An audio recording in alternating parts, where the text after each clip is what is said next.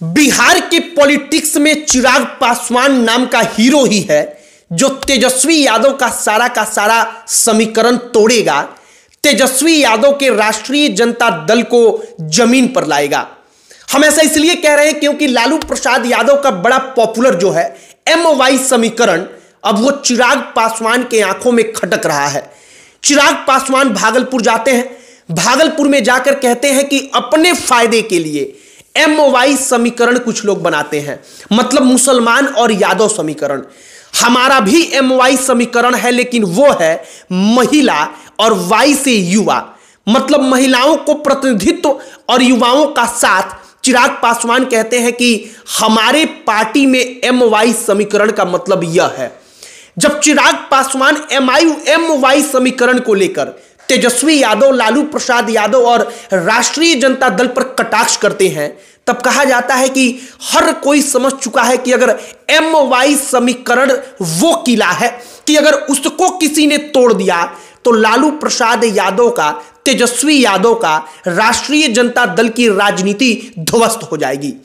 अब चिराग पासवान कैसे क्या कर रहे हैं, हम इसी पर बात करेंगे और हमने क्यों कहा कि यही बिहार पॉलिटिक्स का वो हीरो है। चिराग पासवान के उस समीकरण को तोड़ेगा, इसे आप आगे समझेंगे। आगे बातचीत करने से पहले हमारा नमस्कार स्वीकार करिए। हमारा नाम मोहित कुमार सिंह है। सबसे पहले MY समीकरण पर हम फोकस करेंगे, लेकिन उससे पूर्व यह समझना जरूरी है कि MY समीकरण के पीछे कौन कौन पड़ा है। दरअसल जनसुराज के प्रशांत किशोर वो लगातार एक मैसेज, एक संदेश दे रहे हैं कि MY समीकरण में अगर मुसलमान है और यादव से ज्यादा मुसलमान लालू प्रसाद यादव को सपोर्ट करता है, उसकी जनसंख्या है, तो जब तेजस्वी यादव डिप्टी CM बने तो उन्होंने क्यों नहीं कहा कि बीजेपी के जैसे 2 डिप्टी CM बनेगा, एक मुसलमान भी उप मुख्यमंत्री होगा। तेजस्वी यादव ने ऐसा नहीं किया। मुसलमानों के गांव मोहल्ले में घूमकर जो प्रशांत किशोर हैं जनसुराज वाले, वो इसको समझा रहे हैं। इसका असर भी मुसलमानों पर पड़ रहा है और वाकई में मुसलमान अब गाहे बगाहे कह रहा है कि MY समीकरण में मुसलमानों को लालू प्रसाद यादव ने, तेजस्वी यादव ने क्या दिया है। विशेष तौर पर तेजस्वी यादव से उनका सवाल है।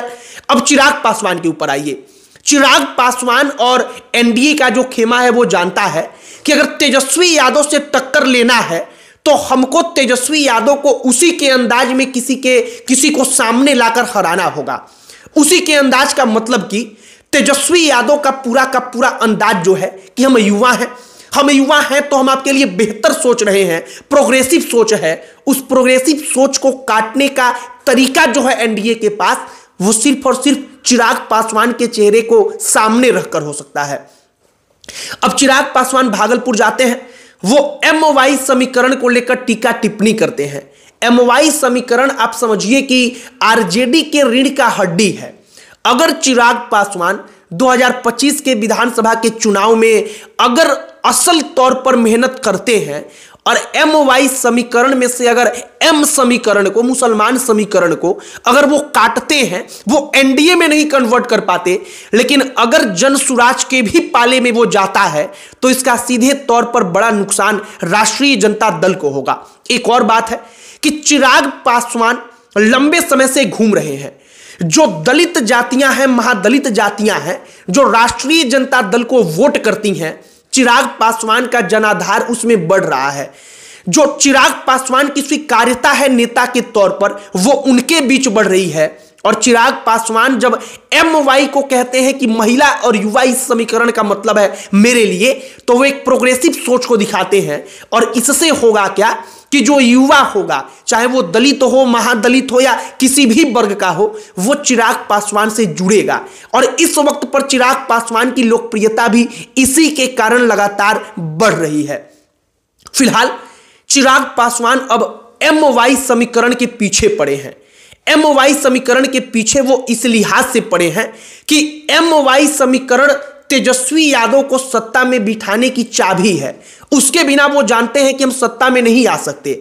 और MY समीकरण मजबूत था तब तेजस्वी बाहर थे, और ऐसे समय में अगर MY समीकरण दड़का तो तेजस्वी का क्या होगा, आप इसके बारे में शायद सोच सकते हैं। फिलहाल चिराग पासवान के भविष्य को लेकर भी कई दफा सवाल उठता है। लोग कहते हैं कि भविष्य में वो क्या करेंगे, उनका फ्यूचर क्या है एनडीए में रहकर, तो शायद उनका फ्यूचर भी यही है कि अगर चिराग पासवान अपने चेहरे के बदौलत दलित महादलित वोटरों को चिराग पासवान की आरजेडी से काटते हैं, पूरी तरीके से काटने में अगर सफल होते हैं, आरजेडी और कमजोर होती है, तब चिराग पासवान का चेहरा अपने आप आगे बढ़ेगा। चिराग पासवान की स्वीकार्यता पासवान पासी समुदाय को छोड़कर अन्य दलित जातियों में बढ़ेगा, तो चिराग पासवान को लेकर एनडीए के अंदर भी प्रेशर बढ़ेगा कि अब चिराग पासवान के चेहरे को आप दबा नहीं सकते, आप चिराग पासवान को पीछे रख नहीं सकते। हालांकि एक सच बात यह भी है कि भारतीय जनता पार्टी बखूबी जानती है कि चिराग पासवान उनके लिए बिहार में क्या है और वो क्या कर सकते हैं और चिराग पासवान ने क्या किया है। इसीलिए भारतीय जनता पार्टी चिराग पासवान को कहीं भी पीछे नहीं रखती, क्योंकि इससे उनको पॉलिटिकल माइलेज मिलता है, फायदा मिलता है। फिलहाल चिराग पासवान जिस एमओवाई समीकरण के पीछे पड़े हैं, उस एमओवाई समीकरण का इतिहास ऐसा है कि उन्होंने जब एक साथ मिलकर जोर लगाया तो लालू प्रसाद यादव बिहार के सीएम बने, वो मुख्यमंत्री बने।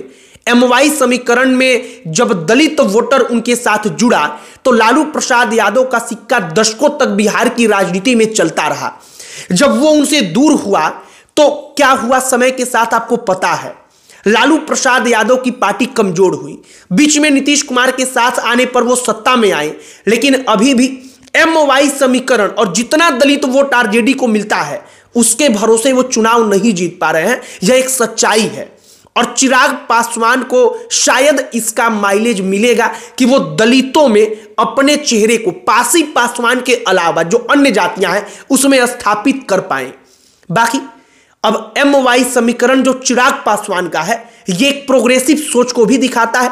हमने सोचा कि एक बार जब चिराग पासवान की नजर है उस एमओवाई समीकरण पर, जिस एमओवाई समीकरण पर पूरी की पूरी बिहार में आरजेडी की पॉलिटिक्स टिकी हुई है, तो एक बार उसके बारे में चर्चा किया जाए।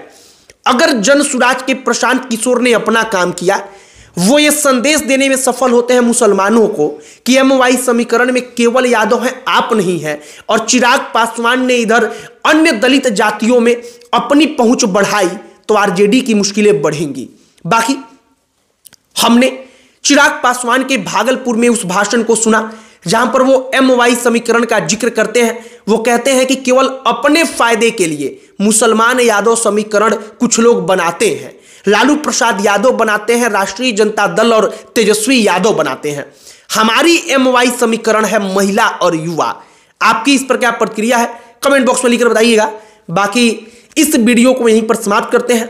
अब अंत में हमारा परिचय, हमारा नाम मोहित कुमार सिंह है। बहुत बहुत धन्यवाद।